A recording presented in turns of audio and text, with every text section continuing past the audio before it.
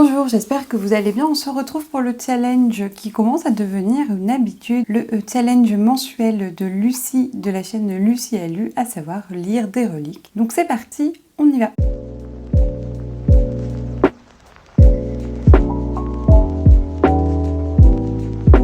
On commence comme d'habitude peut-être par le bilan qui fut catastrophique du mois précédent et après je vous parlerai de ma palle et surtout de ce qui va suivre dans cette vidéo et qui explique pourquoi elle est aussi longue. Donc le principe tout simplement, c'est Lucie tire au sort 6 catégories et il faut les remplir, c'est l'idée quoi, les remplir avec des reliques. Les reliques de notre palle, ça a une définition quand même très subjective. Pour moi, c'est les livres qui sont dans ma palle depuis plus d'1 an, qui sont entrés avant juin 2024 et j'en ai encore 14 dans ma pile à lire, ce qui est quand même énorme. C'est le dernier mois où je n'ai que ces entre guillemets 14 livres qui apparaissent à l'écran pour vous, parce que le mois suivant je vais inclure les livres que j'ai eus en juillet 2024 aussi, histoire déjà d'avoir plus de choix, mais aussi parce qu'ils vont devenir, du fait de ma définition que je vous ai exposée précédemment, des reliques. Le mois dernier, sur les 6 catégories, je les avais remplies avec 4 livres et en fait j'en ai lu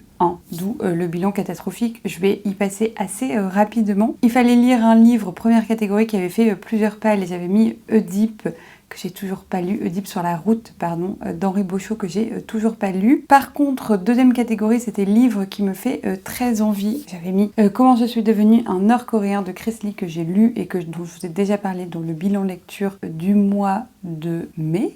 Je vous laisse aller voir ça. C'était pas une lecture incroyable, mais au moins je l'ai lu et c'était en anglais, donc une bonne chose de faite. J'ai pas ressorti tous les livres, vous m'en voudrez pas, mais troisième catégorie, c'était quelqu'un l'a choisi pour moi et j'avais mis donc différent, le genre vu par un primatologue de France Deval, qui est un essai que je n'ai pas lu, mais dont je vais vous reparler rapidement après. Et dans les 3 autres catégories, j'avais un petit peu triché. C'était la catégorie vert ou bleu, c'était la catégorie un titre, un mot, et c'était la catégorie un mot imaginaire. J'avais mis Tabor de Phoebe Hadjimarkos Clarke, que je n'ai pas lu. Donc le bilan est déception quand même, et déceptif, et c'est pour ça que là je vais vous présenter ma palle et que je vais changer un petit peu les choses, vous allez voir. Donc je vous disais 14 reliques, 6 catégories, donc c'est parti. Je n'ai pas tout rempli parce qu'il faut être à un moment donné lucide. Si déjà j'en sors 2 ou 3, c'est vraiment pas mal. Donc première catégorie, c'est la catégorie famille, en lien avec la thématique de la famille, et j'ai rien mis, même si j'aurais pu remettre Tabor, mais j'ai décidé de ne rien mettre. Deuxième catégorie, c'est mots imaginaires, et donc là j'ai mis Tabor de Phoebe Hadjimarkos Clarke, qui est un post-apo féministe, écologiste, qui m'intrigue beaucoup.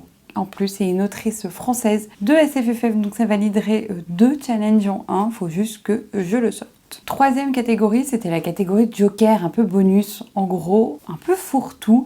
Et j'ai décidé de remettre donc différent, le genre vu par un primatologue de France Deval, qui va explorer la différence, si elle existe, genrée, chez différentes espèces de singes, pour un peu sortir de cette dichotomie nature-culture et nous montrer que chez les singes aussi, il y a des constructions genrées. J'ai très hâte de le lire. Il y a des petites photos et je cherchais le nombre de pages. Oh, il y a plein de photos, c'est trop bien. Ça fait 400 pages, donc voilà, c'est jouable. Quatrième catégorie, c'est titre le plus long. J'en avais plein qui pouvaient rentrer dans cette catégorie, mais à un moment, il fallait mettre des prioritaires. Donc je n'ai pas rempli encore une fois cette catégorie. Et donc les 2 suivants, je les ai lus. Le premier, c'est nouveau auteur ou nouvelle autrice, et je crois qu'il n'a fait aucune palle, mais c'est La Route de Cormac McCarthy, que j'ai en 2 formats. Je l'ai comme ça et j'ai aussi la BD d'adaptation. J'ai lu ni l'un ni l'autre, je compte lire la BD juste après avoir lu ce livre-là, et c'est sûr qu'il va être lu, il est magnifique, parce que ça va être une lecture commune qui est sur le Discord de lecture commune non officielle, sur le Discord de Snowza, organisé par Anne-Sophie, donc j'ai très hâte de le lire. C'est un classique. Écoutez, je sais pas du tout de quoi ça parle, mais je n'ai jamais lu cet auteur, et ça fait 300 pages. pages, donc ça a l'air plus long que ça ne l'est réellement. Donc c'est parfait, je vais lire ça. Et dernière catégorie, c'est titres en un mot ou deux. Et donc j'ai pris que le titre principal et je crois pas l'avoir présenté. Mais c'est un des livres les plus vieux de ma pile à lire et il est temps que je le sorte. Par contre, c'est immense, c'est très gros. Donc c'est Feu, abécédaire des féminismes présents, coordonné par Elsa Dorlin, dont j'aime beaucoup les travaux sociologiques. Et donc ici, il y a, je vais pas tout vous lire, mais vous voyez ici une collection d'auteurisses qui ont écrit, et l'idée c'est qu'elles ont une lettre, un thème, et elles écrivent dessus. Donc par exemple pour le F il y a football, pour le O il y a orgasme, pour le N il y a nuit, le E ennemi, etc. Et ça c'est un abécédaire quoi. Et j'ai très envie de le lire, sauf que c'est immense, comme je vous le disais, ça fait 700 pages, c'est pas écrit hyper gros quoi. Donc bref, je vais essayer de le picorer sur ce mois de juin-juillet, et j'aimerais bien quand je pars en vacances l'avoir terminé. Donc je pense pas qu'il sera terminé en juin, mais j'aimerais bien l'avoir avancé, je sais pas, lire 1 ou 2 articles par jour, le dimanche me lire une lettre, enfin bref, je sais pas trop comment je vais m'organiser, mais je vais essayer de l'avancer parce qu'il me donne très envie, et encore une fois, c'est le livre le plus vieux de ma pile à lire. Donc voici pour la palle, je vais essayer de tout lire, il y a quand même 2 essais, dont un très gros, mais je vais essayer de l'avancer parce que franchement, voilà, il faut aussi lire les livres que j'ai achetés il y a hyper longtemps. Et donc, pour faire ça, j'ai pris un engagement avec moi-même, qui n'engage vraiment pour le coup que moi, mais à chaque fois, la relique, c'est ce que j'oublie de lire. C'est ce que j'oublie de sortir en fait dans le mois de lecture, et donc à la fin je me retrouve à lire 1 ou 2 reliques, souvent une. Voilà, c'est exactement ce qui s'est passé, que j'ai lu dans les derniers jours du mois de mai, parce qu'en fait il y en a, j'ai plus beaucoup de reliques qui sont aussi disponibles sur les plateformes d'écoute, qui quand c'était le cas me permettaient de vraiment descendre ma pile à lire, parce que quasiment tous les audios que j'écoutais à ce moment-là c'était des reliques de ma palle, en fait c'était parfait, et là je ne peux plus faire ça. Donc il faut, en tout cas c'est ce que j'avais envie pour cette semaine de juin, il faut que je m'incite à les lire, que je me force à les lire et que ça devienne mes lectures prioritaires. Et donc j'ai décidé, et c'est l'engagement que je vous disais, de faire une semaine lecture, un petit peu plus d'une semaine. J'ai un petit peu commencé avant, mais j'ai pas eu un rythme de lecture très soutenu, mais donc de faire une semaine spéciale, un vlog spécial pendant lequel je lis que des reliques de ma palle. Donc les 4 livres que je vous ai présentés, donc voilà tout ça, et le Tabor dont je vais vous reparler juste après. Alors la route, c'est sûr que je vous disais qu'il va être lu, mais la LC commence la semaine prochaine, donc ça ne sera pas fait en vlog, et c'est à ce moment-là que je me rends compte que j'ai énormément de lectures prévues en LC la semaine prochaine, mais c'est pas très grave, on verra comment on organise ça. Et donc voilà, je vous prends avec moi pour une semaine de vlog, l'idée étant de dégommer la pile à lire que je vous ai présentée, ou en tout cas, au moins pour certains, l'avancer.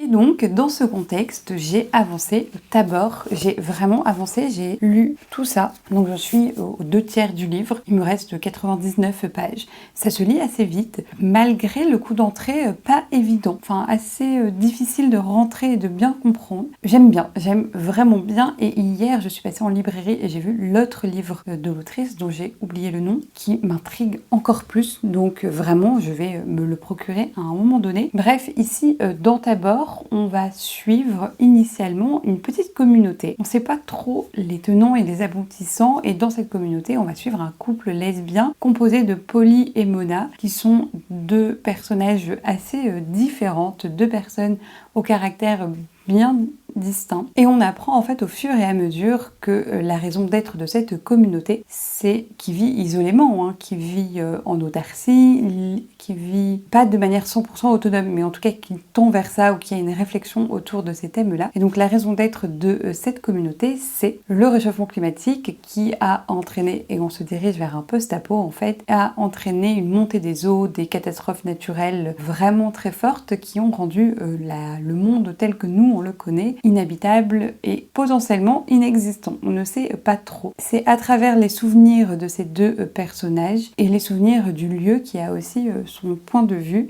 qu'on va en apprendre davantage sur le monde d'avant qui est un petit peu dans notre futur, mais dans un futur très proche de notre monde, et on va comprendre leurs histoires et surtout la création de cette communauté. J'aime beaucoup, d'autant plus qu'il y a des enjeux interpersonnels qui commencent à apparaître. Il y a énormément de questions politiques dans ce livre. Ce livre est quand même très engagé. Là, par exemple, on parle de milices privées. Et en même temps, ça dénonce clairement notre monde à nous, mais il y a plein de mystères. On ne sait pas trop, en fait, ce qui se passe au dehors de cette communauté. Et en même temps, si on savait ce qu'il se passait, et peu importe ce qu'il se passerait, cela aurait une influence sur notre communauté. Et même le fait qu'on ne sache pas, ça a une influence. Bref, je trouve ça très chouette comme lecture. Ça se dirige pas du tout, je trouve, vers ce que laissait supposer la 4e de couverture, ou en tout cas, c'est un aspect assez réducteur, je trouve, du texte, en tout cas, là où j'en suis pour le moment. J'aime bien, c'est vraiment sympathique, et je pensais pas que ça allait se lire aussi vite. Et donc, il me reste moins de 100 pages, 99 pour être tout à fait exact, que je vais aller m'empresser de lire là, maintenant, de suite, ou en tout cas, bien avancer. Et je vous dis à très vite, et je reviendrai vers vous quand je l'aurai terminé, peut-être demain. Je vais pas vous parler, et j'en profite de le dire ici, de le mentionner à ce moment-là, de ma lecture audio qui n'est ni une relique, ni un livre de ma paille. Voilà, c'est un peu n'importe quoi. Je lis, et comme ça je le dis ici, j'écoute La vie invisible d'Adi Larue, écrit par Victoria Schwab. J'aime bien pour le moment, c'est sympathique à voir. J'en suis à un tiers au moment où je filme cette vidéo, et donc j'en reparlerai pas avant le bilan lecture, probablement de juin. Je reviens vers vous après avoir lu Tabor. À de suite.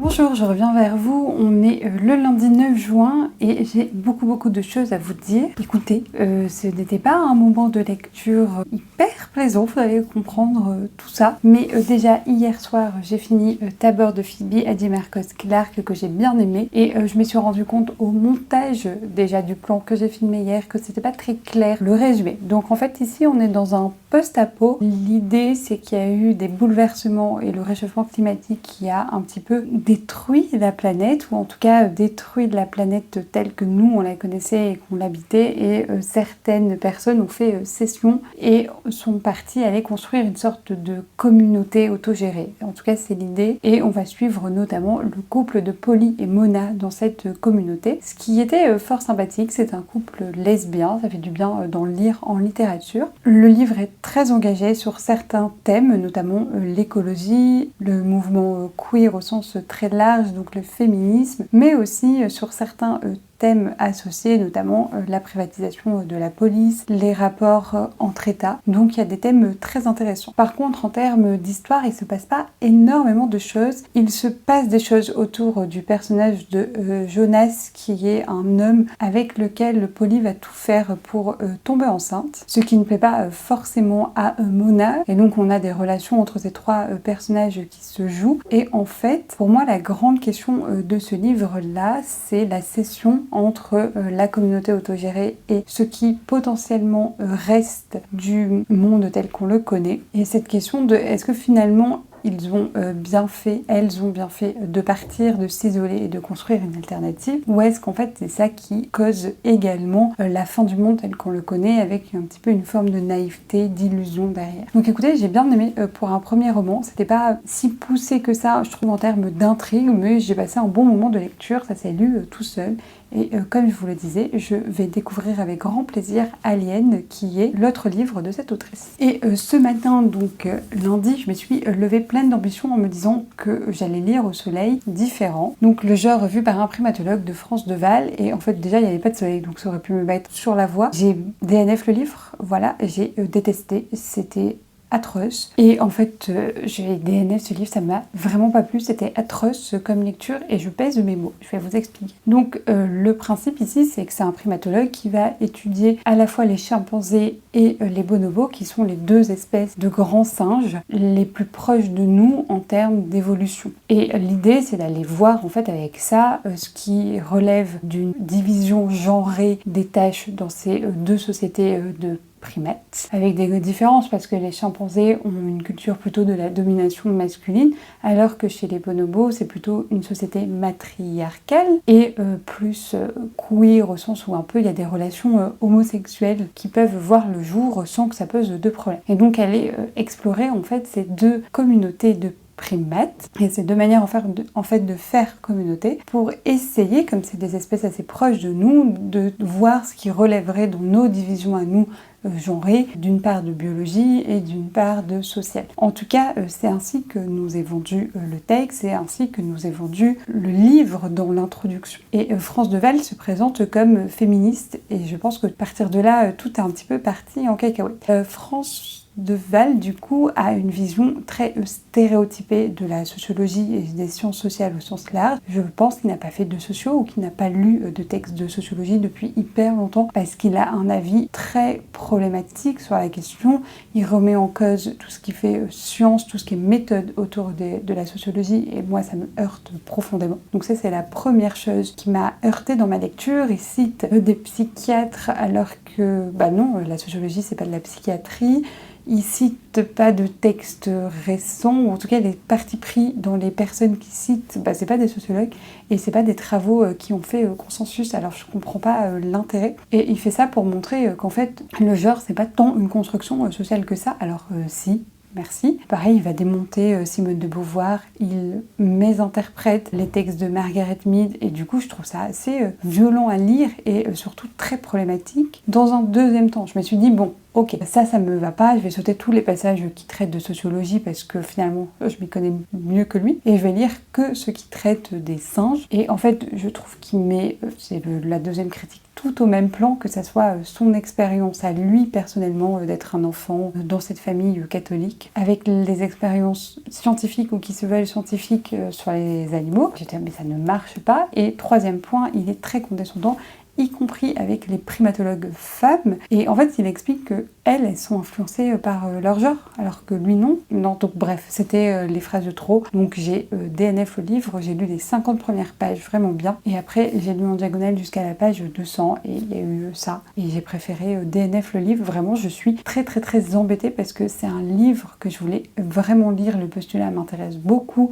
que ça soit apprendre davantage de choses sur les primates. Aller chercher du côté de la biologie pour essayer de comprendre un petit peu les interactions qu'il peut y avoir entre social et biologie, parce que forcément il y en a. Et il y a plein de sociologues qui sont allés se confronter à ce croisement entre les deux sciences ou les deux grands postulats. Je pense par exemple aux travaux de Muriel Darmon sur se remettre d'un AVC. Sûrement qu'il y a des biologistes qui ont fait le chemin vers la sociologie, mais je m'y connais moins. Mais là, c'était très problématique sur ce plan-là. Bref, je vais pas épiloguer plus là-dessus. C'est un DNF, c'était horrible, vraiment horrible. J'ai passé un très très très mauvais moment de lecture ce matin, donc je suis très en colère. Je sais même pas ce que je vais en faire de ce livre-là, bref. Mais au moins, on va dire qu'il est sorti de mes reliques, que je me suis fait un avis là-dessus, que j'avance un petit peu ce challenge que je me suis fixé avec vous. Depuis, j'ai pas relu parce que la vie, voilà, j'avais d'autres choses à faire, y compris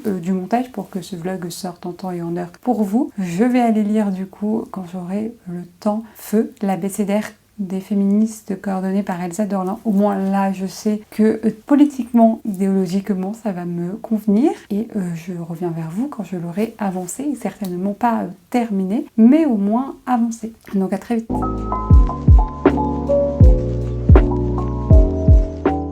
Bonjour, j'espère que vous allez bien. On se retrouve, on est jeudi et j'ai avancé Feu, l'abécédaire des féminismes présents coordonné par Elsa Dorlin. En fait, j'ai lu les 3 premières lettres de l'alphabet, donc ABC, et ça correspond aux 125 premières pages. Donc comme je vous l'avais dit initialement, je compte pas tout lire d'un coup parce que c'est assez dense et comme c'est des articles, même s'il y a une certaine continuité, un certain fil rouge, du coup c'est le féminisme, c'est pas une lecture qui s'enchaîne, qui se dévore, même si c'est très plaisant. Donc je vais vous donner un petit peu mon avis sur le début et j'en reparlerai plus longuement dans le bilan lecture du mois de juin déjà. Mais au moins comme ça, vous avez un premier avis à chaud sur ce livre qui est une relique de Pâle. Donc là, ce mois-ci, j'ai déjà sorti 3 reliques de Pâle, même s'il y en a une qui n'est pas terminée. Donc j'ai lu les 3 premières lettres, ce qui correspond aux 125 premières pages comme je vous l'ai dit. Et j'aime pas mal. Je trouve ça intéressant, même si c'est inégal en termes d'articles. Il y a des entrées qui sont beaucoup plus intéressantes que d'autres. Mais écoutez, c'est pas mal pour avoir un peu une vision d'ensemble des féminismes présents, même si le livre date maintenant de 2021-2022 à peu près. Mais c'est toujours plaisant et il y a des angles d'attaque assez originaux qui, moi, m'ont particulièrement intéressée et je voulais vous parler d'un en particulier. C'est un article sur le cancer du sein écrit par Mounia El-Kotni que je ne connaissais pas mais qui a coécrit et co-présenté, je sais pas trop comment on dit, un podcast sur le sujet qui s'appelle Impatiente. Donc si vous voulez aller découvrir plus en détail ce qu'elle pourrait dire. Et donc elle va parler du cancer du sein qui est par définition une maladie qui touche majoritairement des femmes. Et en fait, il y a une forte prévalence de cette maladie chez les femmes. Beaucoup de femmes peuvent être susceptibles de connaître cette maladie dans leur vie et même si c'est un type de cancer duquel il y a un taux de survie important, il en reste que c'est une cause importante de mortalité en France pour les femmes. Et elle explique que par définition médicale, et du fait des processus de médicamentation qu'on peut mettre en œuvre, et notamment la chimiothérapie, la radiothérapie, etc., ce cancer va venir attaquer, impacter les signes de féminité, les signes sexuels de féminité, donc à savoir les seins, par exemple, mais aussi les organes reproducteurs, l'utérus notamment, du fait de la chimiothérapie et de la radiothérapie, mais aussi les cheveux, les poils, etc.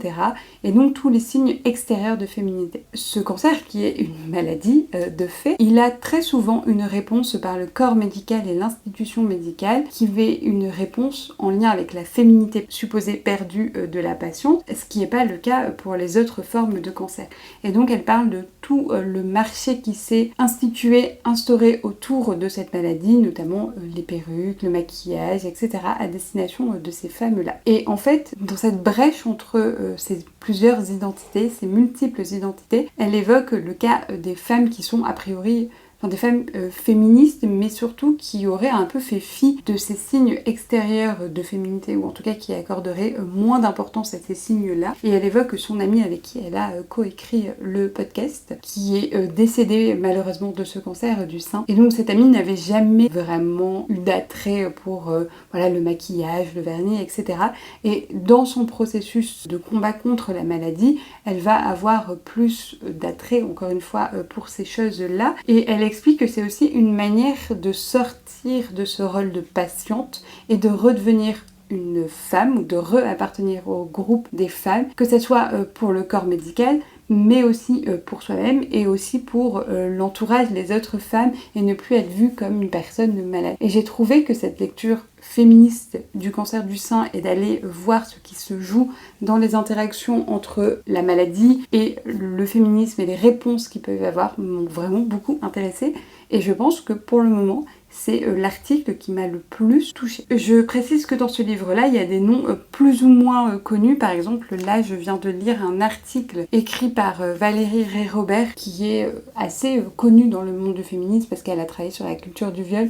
Donc voilà, il y a des articles qui sont inégaux en termes de célébrité de la personne qui écrit, mais aussi en termes de contenu. Donc il y a vraiment de tout pour un peu tout le monde. Donc je vous invite à aller piocher dedans si vous voulez pas lire ce beau bébé de presque 800 pages. En tout cas, moi, je vais le laisser parcourir comme ça tout le mois de juin avec l'optique de l'avoir fini avant de partir en vacances. Donc, on y croit. Donc, écoutez, on y croit. On verra bien ce que ça donne et je vous tiendrai au courant. Bref, je vais conclure sur ça ce vlog spécial où je lis des reliques de Mappal et où je vous ai présenté Mappal d'ailleurs pour ce mois-ci. Je suis extrêmement contente du dispositif mis en œuvre, même si j'avais très peu de doutes là-dessus, qui m'a permis de sortir 3 reliques, même si je ne peux pas nier le fait que le DNF de différents m'a bien aidé d'ailleurs à sortir une autre relique. Il y en a d'autres qui vont sortir prochainement, mais en tout cas ça marche bien de se laisser un temps comme ça défini et peut-être un petit peu contraint pour aller lire ces reliques qu'on n'a pas forcément envie de sortir, mais qu'au final peuvent être de bonnes lectures, ou en tout cas d'agréables surprises. Ou pas. Je vous remercie d'avoir regardé cette vidéo jusqu'au bout. N'hésitez pas vous à me dire si vous avez une palle de prévu, des reliques, etc. à sortir ce mois-ci, ou si vous avez lu des livres que j'ai présentés dans cette vidéo. Encore merci pour tout votre soutien et moi je vous dis à la semaine prochaine. Faites de bonnes lectures. Au revoir.